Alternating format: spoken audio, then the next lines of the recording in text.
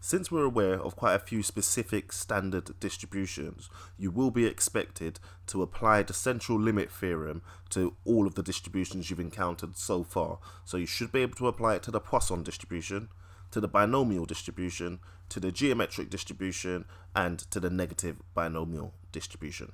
For each of these, as long as you can calculate mu and sigma, you should be able to go ahead and find the approximate distribution of the sample means, the approximate distribution of x bar.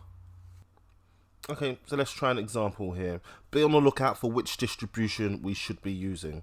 So in this example, we're looking at a supermarket and the customers that visit the supermarket. The manager has observed that on average there are 20 new customers every minute. Now the 20 minutes there lets me know that I'm working with a rate because it was per 20 minutes. So I've spotted that we're working with the Poisson distribution. So I'm just going to start to state that. So x is the random variable that I'll use, or the notation for the random variable. And it follows a Poisson distribution where lambda is 20 per minute. So 20 customers arriving in the shop per minute. Part A asks us to find the probability that there's fewer than 15 customers in a given minute. So the time scale is the same. I can go ahead and just do this calculation straight into my calculator. I'll start with the probability statement. Probability that x is less than 15. That's the same as the probability that x is less than or equal to 14. And that's the number that I want to make sure I use in the calculator. So punch those buttons in and we get 0.1049. Okay, part B. Find the probability that in 1 hour, no more than 1,150 customers arrive. Okay, so we're going to need to scale that up to an hour. So I'm going to multiply by 60.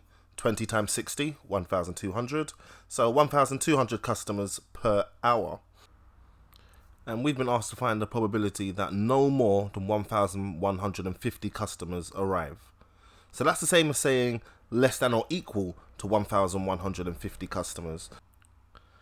So once again, this is ready just to punch into the calculator and we get an answer of 0.0758. Part C. Now here's where we've been asked to use the central limit theorem. We want to use it to estimate the probability that in 1 hour, no more than 1,150 customers arrive. So it's the same question, but can we use the central limit theorem? I'm going to start by considering 1 hour to be 60 1-minute intervals. So that gives me an n value of 60. I already know what the mean was because this was a Poisson distribution, the mean was 20, and I know that the variance was also going to be 20, which makes the standard deviation the square root of 20. So I should be able to define an x bar distribution. So x bar follows a normal distribution with a mean of 20, and this time round it's going to be a standard deviation of the root of 20 over 60. That cancels down quite nicely within the square root to just 1/3. So the standard deviation is the root of 1/3. Okay, well I know that I'm looking for a total time of 1,150, but for the x bar distribution, for the central limit theorem, I actually need to be working with an average. So the average time, if the total time was 1,150, is actually going to be 19.16 recurring. So I've got everything I need to be ready to make this calculation.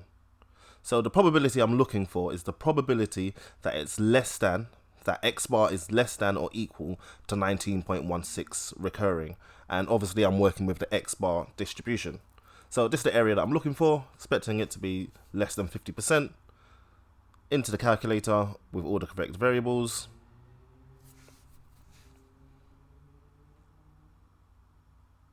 I'm going to use an extremely small arbitrary lower limit. I'm going to use 19.1667 as my upper value, standard deviation as we discussed, and the mean of 20. Plug this all into the calculator. And that gives us an answer of 0.0745. So we were asked to compare the two answers, our answer in part C using the central limit theorem, and our answer in part B by scaling up. And we can see they're actually quite similar. They're both the same to 2 decimal places. So that should give us a bit of confidence in the central limit theorem that it is producing rather accurate approximations. So just be really mindful of this type of question. We weren't told an X bar value, we were told a total, and we had to use that to find our sample mean for ourselves.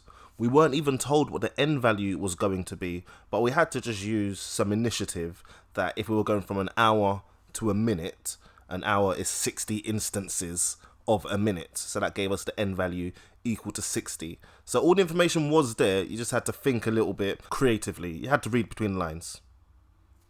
Okay, so that was the Poisson distribution. We're quite familiar with the Poisson distribution since we came across it quite early in year 12. Let's try and see if we can apply the Central Limit Theorem to one of our newer distributions, to something that we've come across in year 13.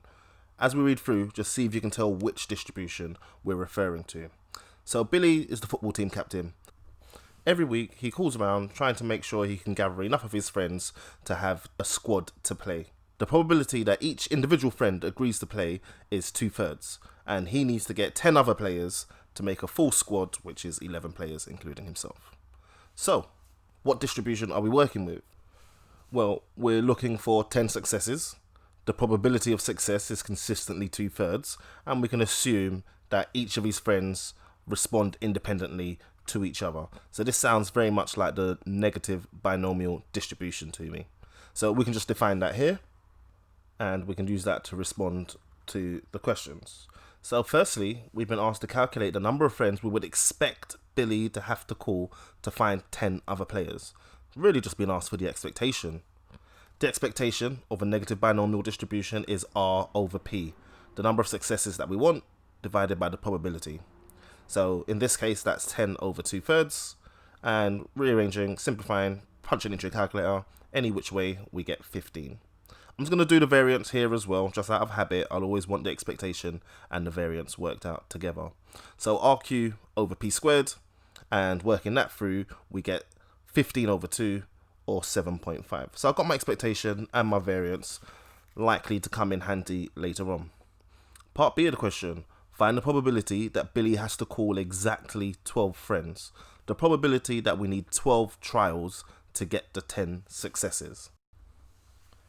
Well, we're going to use our probability function as we usually would.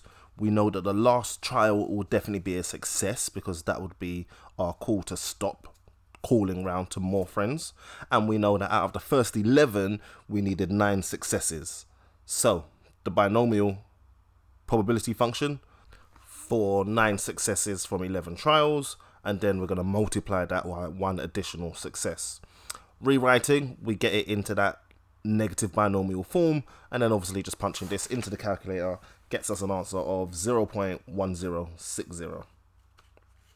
Okay, part C says in a season, Billy's team plays 25 matches, so that's going to give us n equals 25, and we're asked to estimate the probability that the mean number of calls per match that Billy has to make will be less than 15.5. Now, we've been told to estimate the mean, and this is actually an indication that we should be using the Central Limit Theorem, because after all, the Central Limit Theorem helps us to find a distribution of the mean values.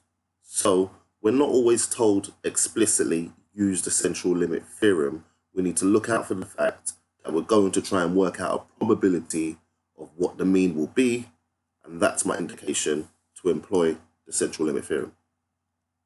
So we're going to go ahead and state the X bar distribution.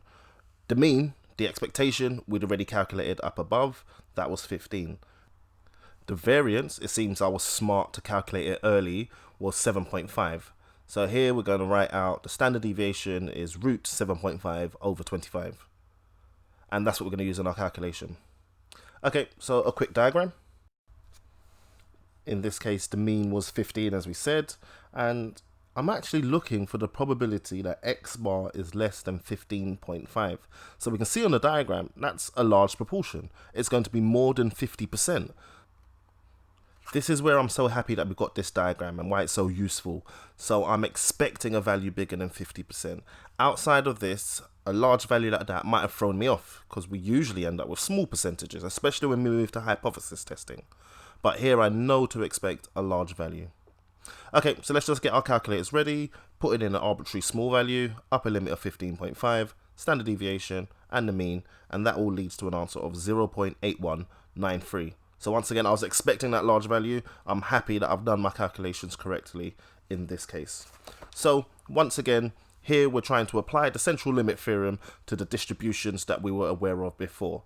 These questions, as you come up across them in assessments, would usually get you to work on that distribution natively, as in questions just on the Poisson, questions just on the negative binomial, and at the end, let's see if you can stretch that further and apply the central limit theorem.